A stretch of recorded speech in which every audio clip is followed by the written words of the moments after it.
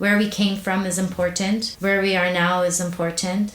But where we're going to go, I think in some ways, is even more important.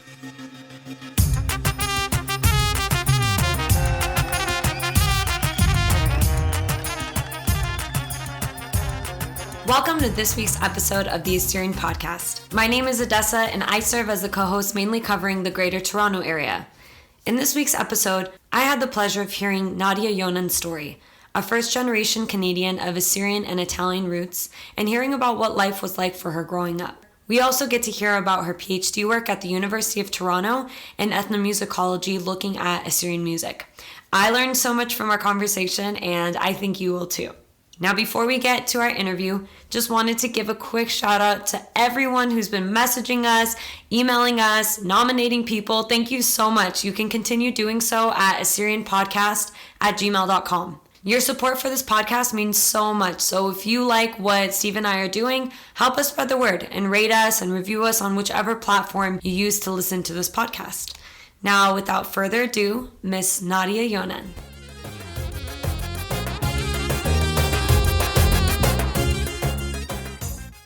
My mother was born in Canada. Her parents were born in Italy, and they migrated post-World War II to Toronto. It was a time when southern Italy, where they come from, was ravaged really by World War II, and there was a lot of impoverishment in that region. So they were part of that wave of Italian immigrants to Toronto.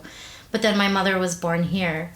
My father was actually born in Iraq. He grew up in Baghdad and Kirkuk. And my grandparents came with their family on my Assyrian side in the late 1960s. So my father was relatively young. He was in his teen years. So he has lots of memories of Iraq that he talks to me about, but I think a lot of my knowledge about the Assyrian homeland came and continues to come, predominantly from my grandparents, who essentially did spend at least half of their lives there. So he came and they met at work, actually. The rest, as they say, is history. Yeah. Tell us a little bit about what it has been like growing up being both Italian and Assyrian. Well, there's a lot of good food. As I can imagine. I love ravioli, but I love kebab.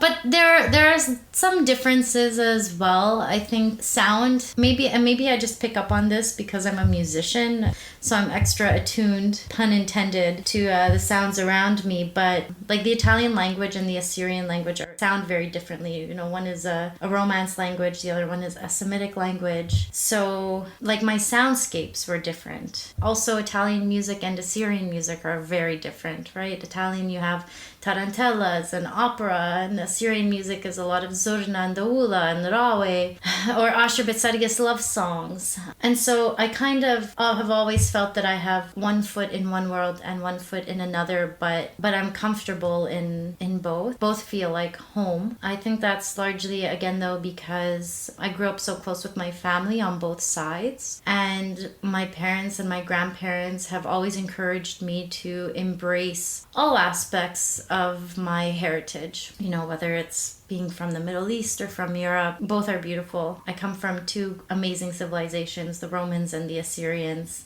and it's a rich history that I am proud to carry. And I'm just trying to think, that's a really good question, because for me it's so innate, like what was Italian and what was Assyrian growing up, that I don't really think about it. Mm-hmm. It just was all kind of one. Also, my parents took me to both churches. That was something interesting too, is, I went to Catholic school. I grew up partially in the Catholic Church, but I just as much went to the Assyrian Church of the East. But even those sounds are different. So like the way that they sing in the Catholic Church, the Roman Catholic Church, is different than the Church of the East. Honing in a little bit, growing up, talk to me a little bit about your experiences within the Assyrian community and growing up. So again, I think a lot of my exposure to the Assyrian community was mostly through family, weddings with Assyrian music. And, I have vague memories of going to parties when I was young, but there was a period of time when I actually didn't really have that as part of my life. I actually became more involved with the Assyrian community in my undergraduate. So when I started university, I joined, the student group, the Assyrian Chaldean Syriac Iraq Student Union, and it taught me a part of my Assyrian history that I didn't learn from my family. I didn't actually know the history really of modern Assyrians. I didn't understand geographically even where we were from, how that works, the Hakkari Mountains, the highlands, the plains, how we're stretched across borders. I also didn't know how to dance Assyrian dances, but I had a friend who actually took the time to teach me. We spent 2 days. One day we went to her house, one day we went to my house, and she taught me all the basic dances. Khega, Shekhani, Gubare. Her name is Zina Hermes. Gotta do a shout out. Shout out to Zina. And that kind of gave me part of my Assyrian heritage back that I didn't even know I was missing, because I didn't participate at parties. I didn't enjoy the dancing because I couldn't figure out the footwork. And people get serious in the Khega line. Like, nobody wants to dance beside somebody who doesn't know what they're doing. Like, if you're not shaking those shoulders right, if you're messing up your steps, like, go to the end of the line. But what are you learning at the end of the line? So I couldn't navigate the politics of the Khega line. So learning how to dance was a way of becoming more included in these types of events.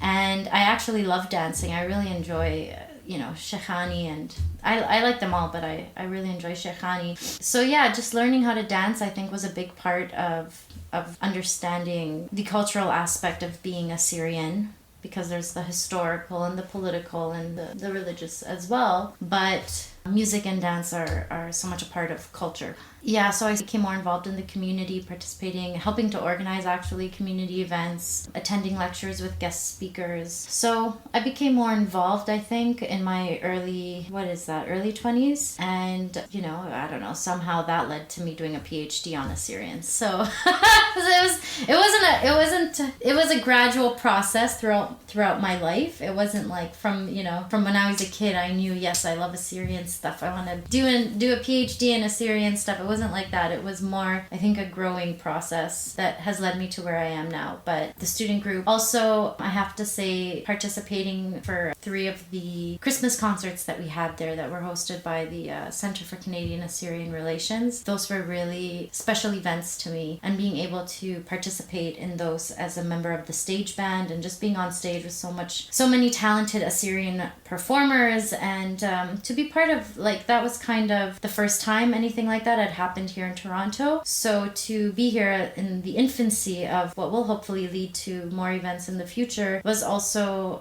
actually really an honor for me to be able to do that. So my involvement in all things Assyrian with the Assyrian community here in Toronto has been sprinkled in a few different places and directions, but just bringing it all back, I think it all started really with my family and with my grandparents, Shmail and Ramzia in particular. Talk to me a little bit about what home looked like for you on an everyday basis. Well, I grew up in a very Italian neighborhood, and I went to an elementary school that was full of Italian kids. So I remember being a kid and thinking, why does everybody on the class list have an Italian last name? And mine is Younan. Really, it was like Fiorello, Di Raposo, Di Giovanni, Mancini, blah, blah, blah. So these super Italian names. Oh, super Italian. Some of the people even had Italian first names. Luca Pizzato, and then, at the bottom of the list, because alphabetically speaking, I was always at the end too, Nadia Younan. So my weekdays were very Italian, actually, I think. But my weekends were very Assyrian, because growing up, every weekend without fail was spent with my Assyrian grandparents. But, at home, I'd hear my dad speaking Assyrian sometimes on the phone, or to my mom, she speaks a little bit of Assyrian. But really, I was really exposed to both. But a lot of Italian by virtue of the neighborhood that I lived in. But what's really interesting now, since you mentioned this, is a lot of Assyrians have moved into this area that I've been in my whole life that's always been very Italian, Woodbridge. A lot of Iraqis and Assyrians, so particularly Assyrians from Iraq, live here now. And so I'll be at the store, and in one ear I will hear Italian, and in the other I'll hear Assyrian. And that didn't exist when I was a kid. But I hear it now, and I just think it is so cool. So just seeing that mix of on one street is St. Philip's Italian Bakery, and the next street over is Baghdad Market, right? Yeah.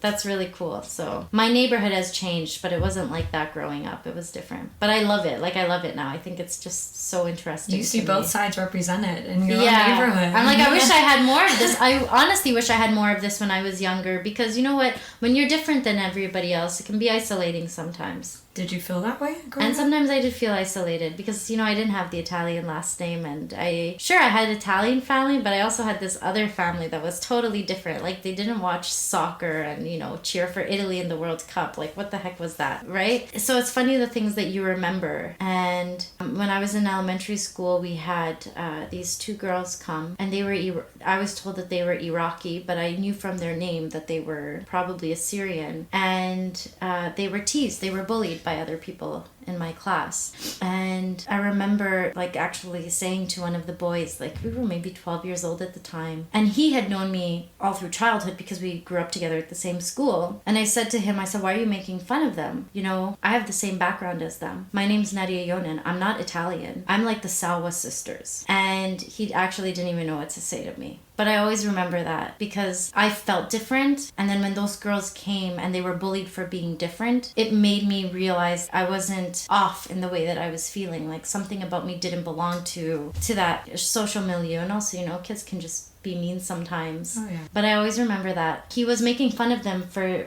using ululations. Like, you know, I would go... So he was making fun of them about that. Not that they were even doing that in class. Like, it was, I mean, this was context of like post 9/11, but it was just funny. It was like I'd always slipped under the radar because these kids had just stoned me for so long. Mm-hmm. So I didn't always feel the same. I felt a little bit different, but there were good things about it too. So that's a long time ago. Do you feel that way now? No, but also, you know, half the people here are Assyrian. So it's not the same as when I was 12 years old. Yeah. You know, I think also you grow up, you learn, you become more knowledgeable about certain things, and I don't feel that way now. Also, you know, getting more involved in the Assyrian community outside of just being with my family, I think has taken away that feeling of isolation I had when I was younger, living in a predominantly Italian neighborhood. And, you know, like when I think of like my undergrad and my master's degree, so much of my social life actually was with Assyrians. So there was a bit of a transition. High school was different than elementary school. I went to a little bit of a different area. I went to an arts program, actually, specialized arts program in high school. And I had a United Nations of friends when I was there, Filipino, Indian, Chinese. It was very different. But, you know, elementary school is very singular, right? So, and you mentioned that growing up, you had your grandparents, and did they play a big role in your identity growing up? Brati, you are Assyrian. Okay, Brati? Okay, Baba, okay. Yeah, okay. Is that what your paternal grandma would say? My paternal grandfather. Oh, grandfather. My grandmother was a little bit more chill about it, but my grandfather was very straightforward.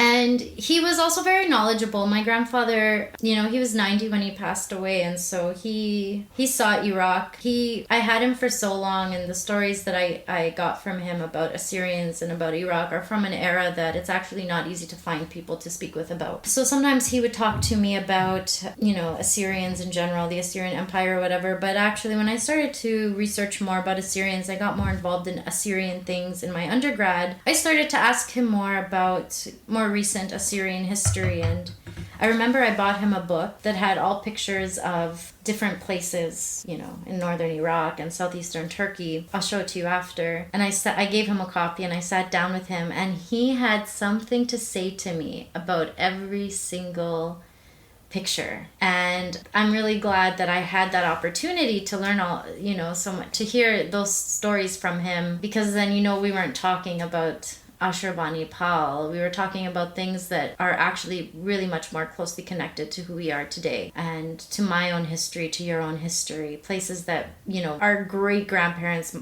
even possibly our grandparents, might have walked. We're not removed by 32 generations. It's, you know, just a few. And you've traveled to Iraq, so probably some of the places that he was telling me about, you've even seen yourself. So I started to learn a different set of knowledge from him after that. It wasn't just Barati. You are Assyrian. Yeah. And sometimes, I don't know about you, but sometimes, you know, especially when we're younger, we want to know information, but we don't even know the right questions to ask to get the answers of what we're looking for. And so did you find that as you were growing up and as you started to become more involved with Assyrian matters or looking up Assyrian history, understanding Assyrian history more, that, you know, that led you to constantly going back and asking follow-up questions or asking their experience? Yeah, definitely. I think also just sometimes when you're a child, like, it's, the things you care about are different. So my questions changed, but I also don't think as a child I really had any questions, Just I was Assyrian when I walked into my Assyrian grandparents' house, and that was it. I ate kebab for dinner, and there'd be music on in the background. And one of my earliest memories was they had a rug with a picture of Ashurbanipal over the fireplace. So there was iconic imagery around me that also, I guess, kind of exposed me to, okay, what is this being Assyrian, as well as the food and the sounds. But I didn't really start to ask questions about it until I was much older. I do remember, though, that my grandfather taught me the Assyrian alphabet. I very clearly remember he had a pad of yellow paper, and he wrote out the alphabet for me, and we practiced it over and over again. And he gave me my letters. So I learned to write them better after on my own, but I think that's really special too, that's not necessarily a question I asked, but it is part of who we are that he gave to me. So what did the Assyrian community look like growing up in the greater Toronto area? Outside of church, was there an opportunity for Assyrians to gather? Were you finding yourself interacting with Assyrians or seeing Assyrians outside of family functions and outside of church? Yeah, there were parties, there were organizations. Assyrian Aid organization would have stuff. But I think we don't have that many organizations here. Even AXU, the student group, is relatively young. And, a group like the Center for Canadian Assyrian Relations is only about 3 or 4 years old. Even Bitnaharin Club in Hamilton is very new. So we didn't have as many organizations or different groups as, say you would find in Chicago, for example. I think those are really starting to come about now. But I also think that that could also be a population thing. There was a mass wave of Assyrians who came in the late 90s, but then especially post 2003. So I think it takes time, and the community here was relatively small. When my parents met, there was only a few hundred Assyrians in Toronto, so it was late 70s. And I remember my I think it was my mom or my aunt telling me, like, if there was a wedding at that time, so late 70s, early 80s, all of the Assyrians would be invited to the wedding. Just because, if you have a wedding of 400 people, that's who was here. Whether you knew them or not, they're Assyrian, they're coming to your wedding. And sometimes I joke with my mom, I say to her, like, Mom, 1977, there was, 250 Assyrians in Toronto, and you happened to find one of them? So, lucky her. Yeah, sometimes, life is a really funny thing, right? Because you do see a lot of young children right now coming from, mixed cultural backgrounds, but in our generation, it's not as common. But at the time, really, there was just such a small community here, and even in the 80s, it started to grow. But I don't think it was really to the late 90s, early 2000s that you started to see significant numbers in the thousands, and now it's probably in the tens of thousands. So did I see a lot of community activity? Yes, in a way, but a lot of it was church related or Assyrian Aid organization, or again, family events or weddings that, were basically community events. But I see that slowly starting to change now, and I hope that it continues to change in a positive direction moving forward, because the population here is growing so much. Yeah. So let's fast forward a little. You talk about going into undergrad, and you talk about being involved or getting involved with AXU. So did you come across a table, saw an Assyrian flag, and you're like, wait a second? Yeah, that's actually what happened. Did I tell you that story? No. Oh, well, that's what happened. Yeah, I was walking down. It was actually my music building. Yeah, I was just walking down the hallway one day, and they had a table, and it really just had an Assyrian flag and a sign-up sheet.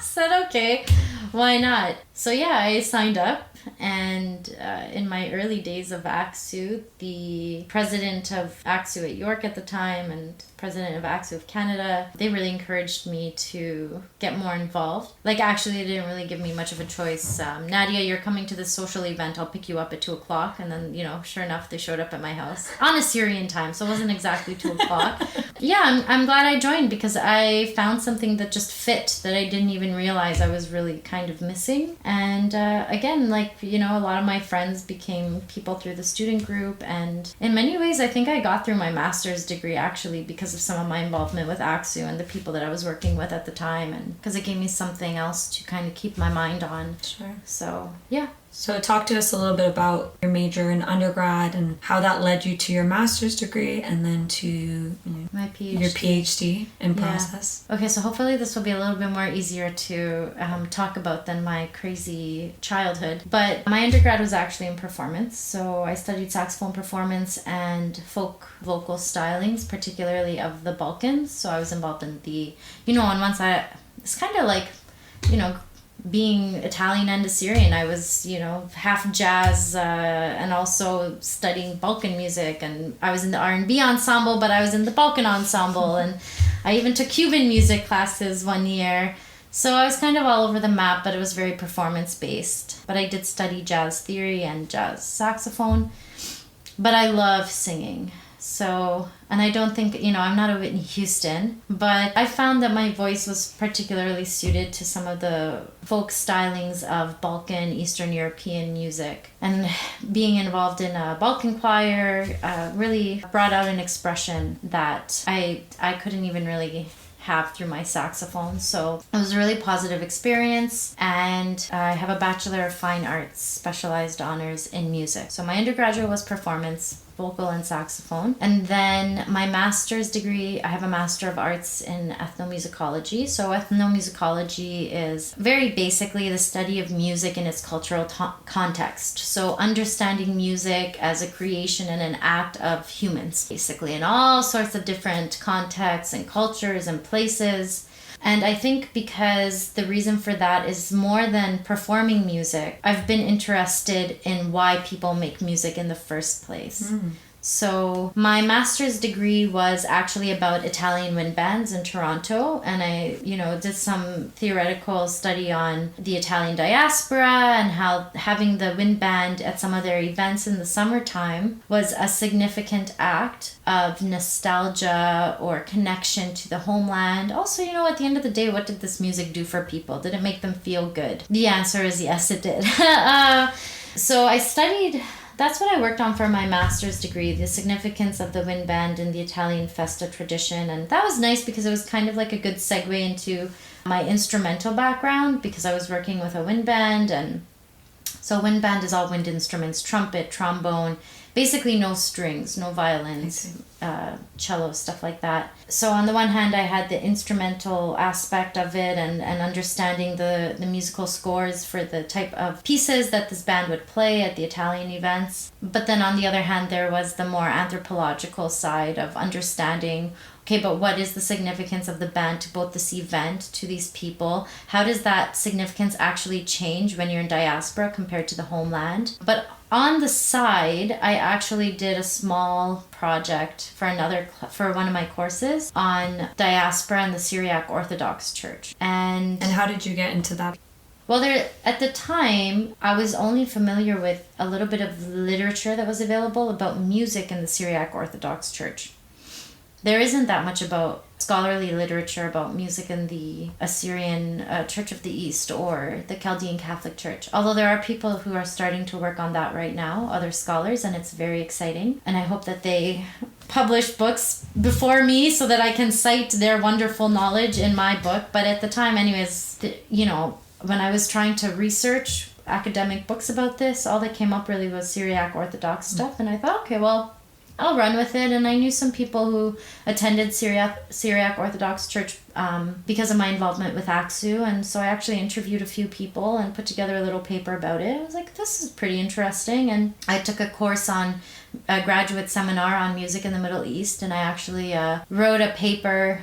It's pretty simple paper now in hindsight compared to what I've written since, but about music in Mesopotamia. Again, not that much literature available on it, but I did manage to find out some interesting stuff. I'm not sure if you know this, but the ancient Assyrian Akkadian word for singer is zamaru. No, I did not know so that. One of our words for related to music is Akkadian actually. So that was pretty interesting, and so I was reading books that had images of ancient Assyrian reliefs with the harps and the drums. So that was interesting, but I was more interested in the paper I did on the Syriac Orthodox music because I interviewed people and I really enjoyed talking to people. And yeah, I knew I wanted to do a PhD at the time, but I wasn't sure what I wanted to do a PhD in. And that kind of was like, oh, I think there's a lot here. And I actually had a professor of mine, I was telling her, I said, I want to do a PhD. I don't know, maybe I should look at the role of certain instruments in Eastern European music. And she's like, why would you do that? She goes, you could go write a PhD about Assyrian music. And I don't know why I hadn't really thought about it till she just kind of put it out there.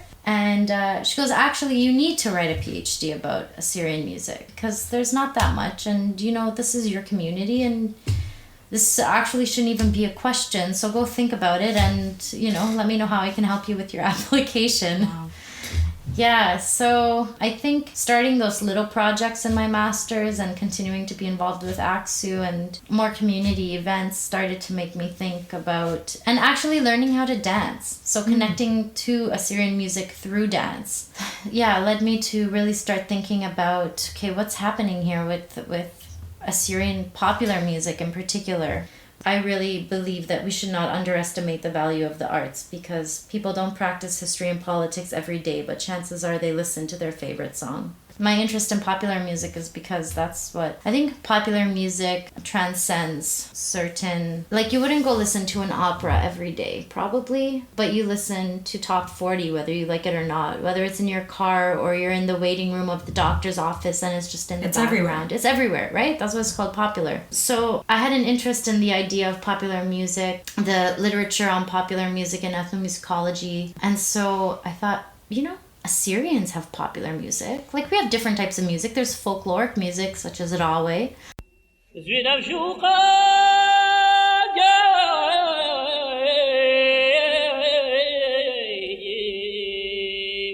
There's religious music, like, the stuff that I read about the Syriac Orthodox Church or the hymns in the Church of the East. And but what about our Linda George and Ashrbet Sergis and Sargon Yochedna? Like, something's got to be said about these people. Like, they're significant people in the community. Okay, maybe they're not necessarily politicians, although they can be very political. But it doesn't matter if you're from Toronto or Chicago or Sweden or Australia. Like, everybody knows Ashrbet Sergis. You don't even have to like him, but you know who he is.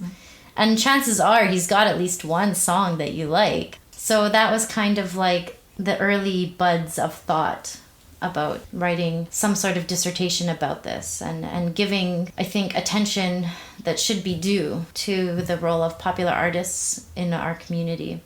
And that led you to your dissertation, which is on the topic of... I look at intersections of trauma and memory in Assyrian popular music and community, but also I look at issues of diaspora and transnationalism. So transnationalism, looking at how Assyrians communicate across state borders, right? Like trans and nationalism, so across different nation states, while being, in many regards a stateless nation themselves. So how music and dance connect people in diaspora. But I feel like the Assyrian situation is made a little bit more complicated because, first of all, the reality is that majority of Assyrians do live in diaspora now. So not only is there not a defined homeland in the sense of having a state, but the number of Assyrians in the homeland is relatively quite small compared to the number of Assyrians who live in diaspora. So how do Assyrians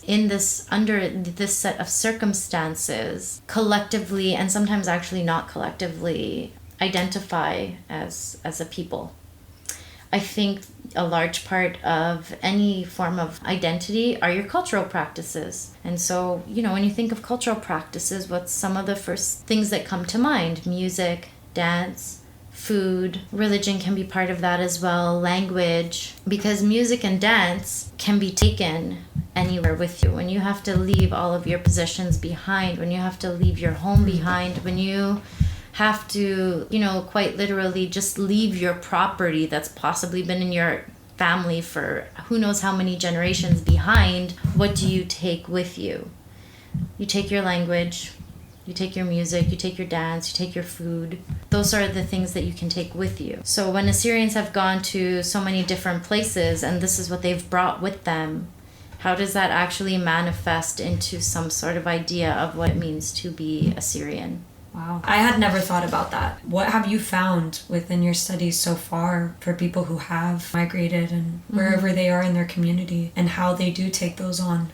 Well, music in the sense of, and this is why I wanted to look at popular artists actually, so let me just explain this. A lot of the bigger singers in our community, Asha Basadkis, Linda George, Sadgon Yohanna, Sonia Adisho is actually a bit more up and coming. Australia, right? From Australia. These singers move. They really travel around, and some of them even go back and forth to Iraq, but they've been everywhere. I mean, Linda goes to Europe a lot. She's been all over the US. She comes to Canada quite frequently, and they're popular figures in the community, right? But they also act as connections between different places in the diaspora. And I think it's quite significant that, and this was part of my field work, going to different sites, and I saw Asher Basadkis perform in Toronto, and then I saw him perform in Arizona, and I saw him perform at convention as well as just a party.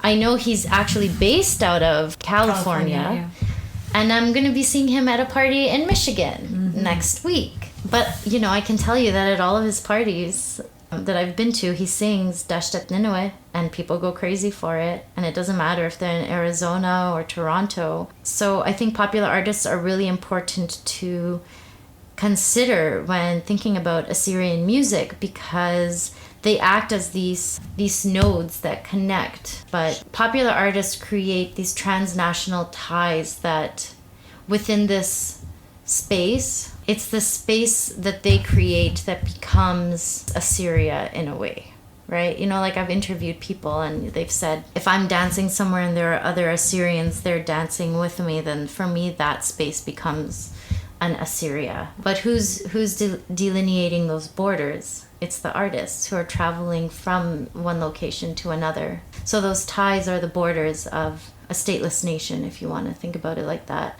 So I think popular artists are very important to consider. Another finding I've come across is in my interviews, I ask people, do you like dancing? How do you feel about dancing? And what's funny is some people love dancing and some people say, I don't like dancing, but they all say, I love our Assyrian dances. So even if they don't like to dance themselves, there's some sort of appreciation or connection with the dance still. And something that a lot of people point out is how in our dances we hold hands. And so there's that idea of connection. And I think that's pretty amazing actually, because you don't need to know the person next to you, but you can dance with them. So true. Chances are you're holding hands with someone we don't know. Yeah, you can start in the Kegel line beside your friend, but then by the end, you don't know where anybody's gonna end up, right? Who knows? Sometimes people get inspired and try to take a Resha to Kegel. Okay, see you later, right? Stay right where I am. So, but then also from different places, and I've had people say this to me, but, I've experienced it myself doing multi-sided field work is, you go somewhere and, you're from Toronto and maybe the person next to you is from Arizona, but you know how to dance together. Sometimes there are slight differences, right? But it's kind of like dialects, how language changes. But for the most part, you can figure out each other's steps. And sometimes it is just pretty much exactly the same. So a lot of people talk about that, the connection in dance that is, symbolic, but also actually in your face because you're holding hands. It's not just symbolic, it's physical as well. And feels totally normal, holding a hand of someone you don't know, but that's just a part of what it is. That comes up a lot, the hand holding, when I ask people about it. Yeah. And what do they say? That it makes you feel connected, that it gives you in a way, a sense of hope. Another thing about dances that people talk about a lot, and I've heard not just in interviews, is, connecting Assyrian popular dance. And see, dances are interesting because they walk the line between being folk and popular, because on the one hand they're kind of like a folk tradition, but on the other you dance these dances to pop songs, to Assyrian popular songs, and everybody knows them, so in a way they're popular in that sense. So they kind of connect the old and the new together. But something that a lot of people talk about is how the dances, or some of the dances like Sheikhani, were possibly originally from the warm-up of Assyrian warriors, and how dancing together would warm them up for battle, but it would also bring them together as a unit, right? So some people make that connection when they talk about holding hands and feeling united, but also feeling strong. I can see that connection. Yeah, it's actually, I think, very powerful in a way, because when you've been forced to leave your home under horrible situations of continuous genocide, that I think can in a way be weakening. You might have feelings of being helpless. So it's kind of interesting to me how people can regain that strength or find a certain hope or a strength through dancing, which is something that even though you have to leave somewhere, again, it's like something you take with you. So yeah, maybe giving people a sense of hope. I don't know, I'm still reviewing my interviews. I'm putting my data together. I'm in data collection stage right now, and hopefully this will all turn into a cohesive thesis that will make sense one day. But these are some of the things I'm thinking about. Yeah, absolutely. And these are great discoveries that are coming out of your interviews and the studies that you're doing. Mm-hmm. Growing up, did you listen to Assyrian music? Was that part of your life? I didn't myself actively listen to Assyrian music. I was all into the Spice Girls and stuff like that. Girl power. But I was exposed to a lot of... I know I keep mentioning him, but, he is kind of like the legend, Asher Besargis, because my dad really likes Asher Besargis. Mm-hmm. So probably that's one of the most memorable voices. Also a lot of Linda George and a lot of Zurna Daoula. And do you understand what they're saying? Sometimes, yeah. I'm not fluent, so I don't catch everything, but and that's how are you drawn? So I'm curious to know. Yeah. As someone who may not know the definition word for word of what they're saying, but you're connected to the music. Mm-hmm. Okay, so I guess rhythm is a big part of it, but that also comes up with a lot of people I talk to, like what makes an Assyrian song Assyrian. Well, the beat, like the rhythm, like what you dance to. Also, okay, there's the melody in terms of melody of instruments, but there's also the melody of a language. And although I am not fluent in Assyrian, though it's something I'm always working on, and I hope that we have improved resources and access to tools to teach future generations. The melody of the language I can identify and I can hear. It's not the same as Arabic, for example. And I really don't know any Arabic. Shweya Arabi, that's about all I know. More than I do. Shweya Arabi. Poco Italiano. But so I don't know how to explain. That's a really good question and very good for my self-reflection. But I don't know how else to explain it. Like, I hear the melody of the language itself, not just the music. Sometimes the music is like, okay, it sounds Assyrian to me because I'm used to it. But, with music, there's always musical exchange and cross-pollination between, musics of other regions from that Assyrians are surrounded by, but so that's why I don't like saying the melody itself too much of the music, but really the language, like hearing, but not just the words that people are saying, but hearing the tonality of the language itself, the flow of consonants. Oh, you look at it much deeper than I think an average person would look into the music, for sure. Yeah, also, like when I hear Arabic music, I really don't understand anything, but I enjoy Kulthum, for example. There are different sounds in Arabic, and so it has beauty into itself, but it's not, I can hear the difference. I don't know why this one always stands out to me.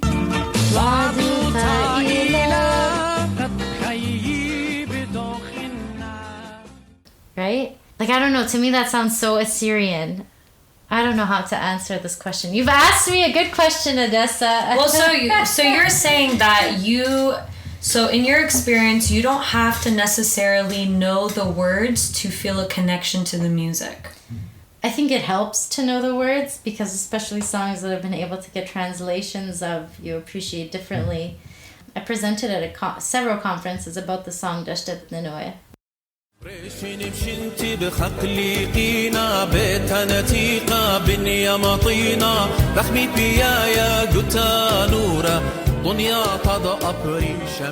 But I also think that there's the meaning of the words, and again, maybe this is just because of my background being an instrumental performer, but the sound of the language. I have a preference. I prefer Italian opera to German opera.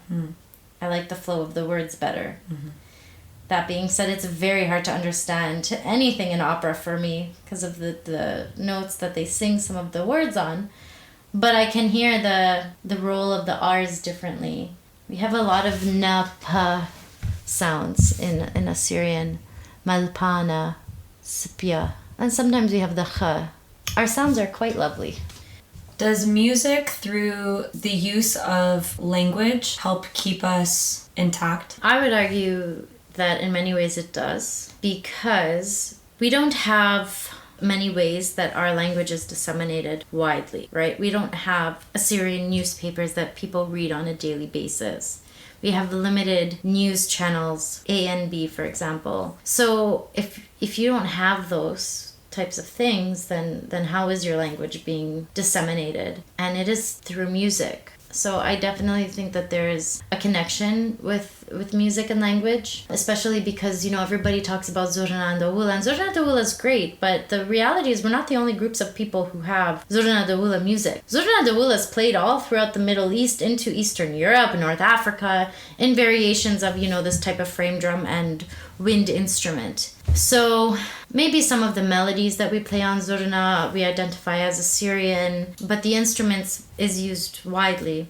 Whereas when you have Assyrian music with lyrics and it uses the language, it's one of the main purveyors of the language. Also, if you want to get into the whole language thing, most Assyrians can speak, but they don't know how to read and write. I think I'm kind of the weird, odd exception in that I can read and write, but I can't speak fluently. There's There's many who've gone through Assyrian language class. It is common. I think there are more resources to help you read and write, and I mean, alap is alap, right? Once you memorize what alap is, that's it.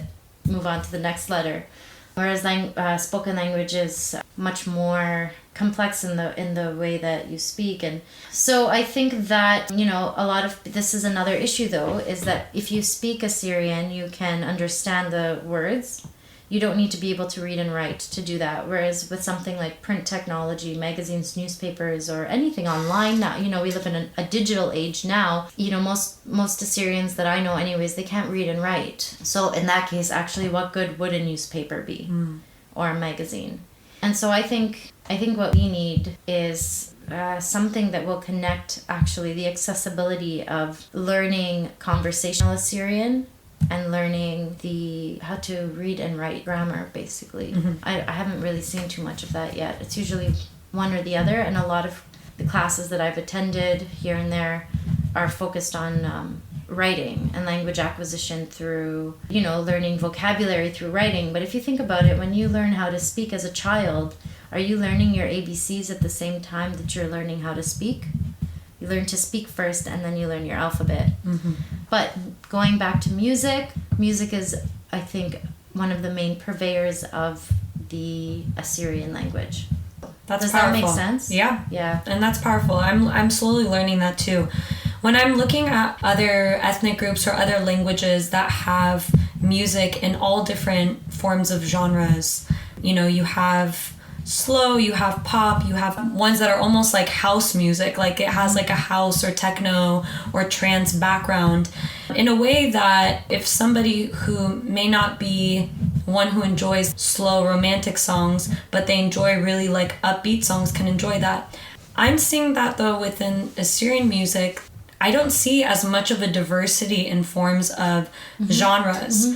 So a show is on or a TV channel's on that's in Arabic, or a Persian TV channel, and they're playing different music videos. They're playing music where it's like, I may not understand the words, but the beats of them are stuff that I would hear on the radio. Yeah. And I could really like jam out to, but I don't see that as much in Assyrian music. But we have people who are talented and can do that. Why do you think that is? This is not the first time I've heard this thought expressed. You'd be surprised how much comes up. The lack of variety in Assyrian music. Like, why don't we have Assyrian punk or Assyrian rap. It's kind of like, what is the Assyrian pop song? It's what comes to mind. It's, well, actually, let me flip the table. It's like, okay, if I say Assyrian pop song, what's the first thing that pops in your Honestly, head? what comes to my mind is like 90s Linda George.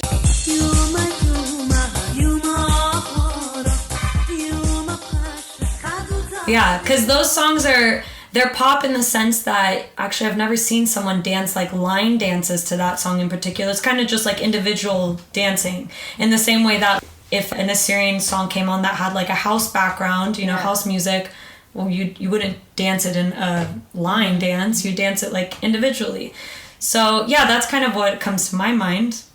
That's in the 90s. Yeah. And that's just pop, I have no answer for this. It's a great question. It's something that comes up a lot with people. It's not my place to answer it in terms of my research. Like, I can maybe speak to it just as an Assyrian. Like, this is not Nadia, the academic or a scholar or anything like that. Is it something you've observed, though? I've observed, yeah, of course. Like, why? Like I said, like, why don't we have Assyrian rap music? I don't know why. I think, it could be because I hate making excuses, so I don't mean this as an excuse, but Assyrians have always just been in a constant wave of upheaval, right? Okay, and then as soon as like one wave kind of settles itself, something else happens, and there's another wave of migration, and it's always kind of like, I'm not the first person to say this, but it's almost like a constant survival and not a thriving mode. And so I don't know if it's that, because I believe the innovation, the creativity is there. We have a lot of like really talented and creative people in our community, but they're not necessarily maybe even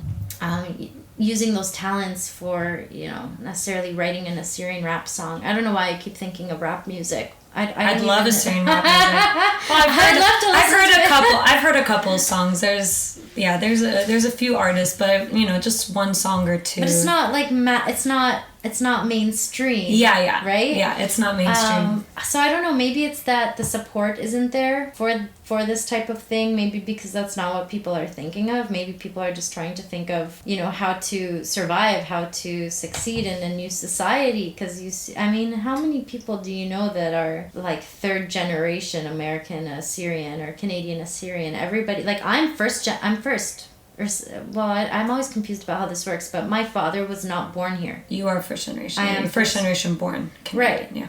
And we're just, I don't know. Well, let it be known to the listeners, if any of you have an interest in music, and especially in variation of genres, especially those that we don't hear, like rap, like R&B. house music, like even having the beats, like Assyrian beats that are sort of used as a background for a song, or like just a remix, or just taking a clip or something from it. That'd be really cool. There's actually a house group called A Tribe Called Red, and They do electric powwow music. So they're Aboriginal First Nations from Canada, and they incorporate like powwow singing.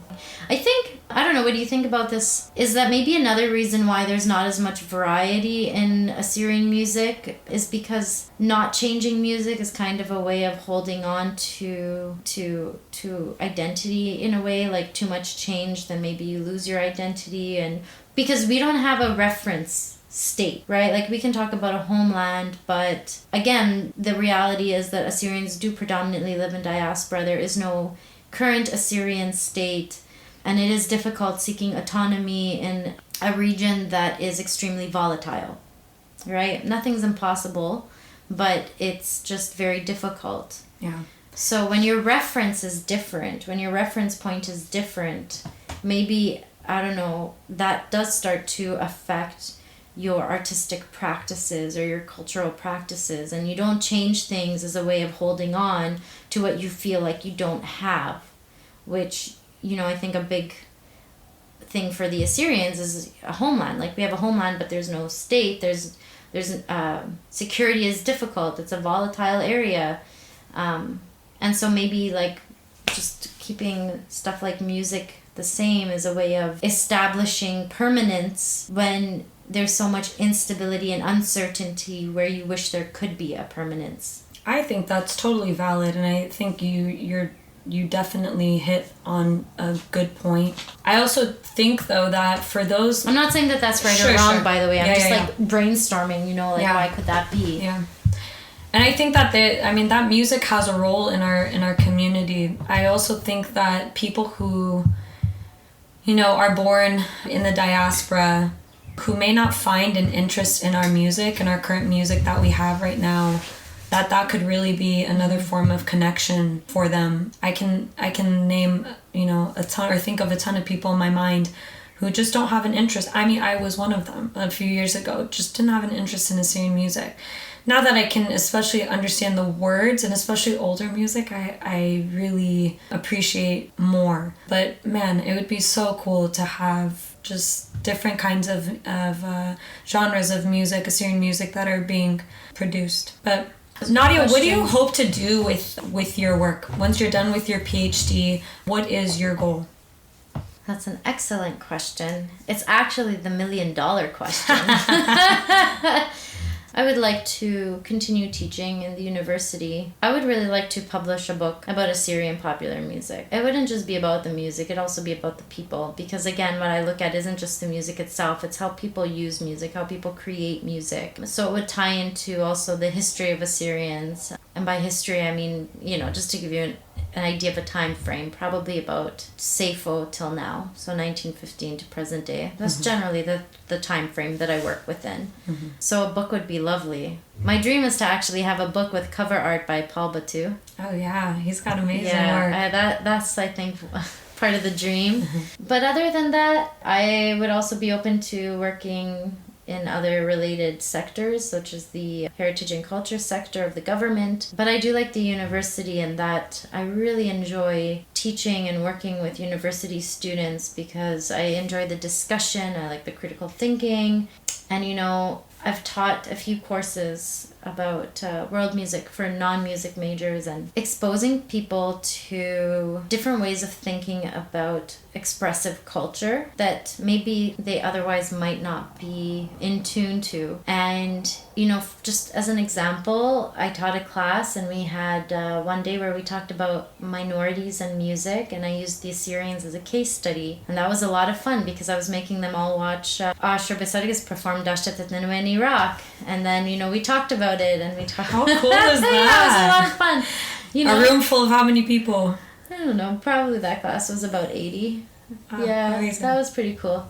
And then, on their exam, I give them a question about it, and I have all these people writing about the Assyrians and diaspora and homeland and persecution. And it's cool. Really cool, actually, that to transfer, my research into the classroom like that. And, the Assyrians are one community, but then contextualizing them in minority studies, but also, for example, even just understanding the Middle East as a multicultural mosaic. It's often seen as this monolithic Arab Islamic world, but that's not necessarily the case. And so just making people think differently about it and exposing them to, I guess, new or different ways of understanding certain parts of the world that maybe they otherwise might not be exposed to. And if I understand correctly, the Assyrian American National Federation is going to be having a policy conference in Washington, D.C., and you are one of the speakers. Is that correct? Yes, that is correct. Yeah, that's exciting. So what will you be speaking about? I'm on a panel about preserving cultural heritage, and I'm actually waiting to find out who's going to be on my panel so I can gauge what the conversation will be. And that's something I would like to talk to, whether it's at this conference or elsewhere, is oftentimes we use the language of preservation, preserving cultural heritage. And I would be interested in starting to move toward a different terminology, continuing Assyrian heritage, continuation of Assyrian heritage, education or educating people about Assyrian heritage. To be honest, to me, preservation, we preserve things in a museum. You preserve a mummy, you preserve an ancient artifact, but Assyrians are alive. And we talk about continuity, okay, but then, so I think there's kind of a juxtaposition there between preservation and continuity. So I would be interested in opening up a dialogue about continuation of Assyrian heritage rather than preservation, because we're not being preserved. We're alive and we're continuing, or at least that's, that's the goal. That's why we have conferences, and that's why we have conventions and Assyrian podcasts. And so where we came from is important. Where we are now is important. But where we're going to go, I think in some ways, is even more important. So we'll see how it all transpires. I am very excited for the event. There's a lot of very cool speakers coming and people whose work I've read but never met. So I'm, for example, Simo Parpola. So I'm just very grateful for the opportunity to be speaking there. And all I can say is I'll do my best. Yeah. I think the work that you are doing is invaluable. I mean, we need more people out there that are really going and pursuing higher education with a focus on anything really Assyrian. And so being able to understand a little bit about what it is that you're doing, the dissertation that you're working on, and that as you were speaking about it, we don't have much information on, much research on. And so the work that you are doing is going to be critical for that, for the present and for the future, when others are coming in and looking at that and they have some research or more research to reference, really. So thank you so much.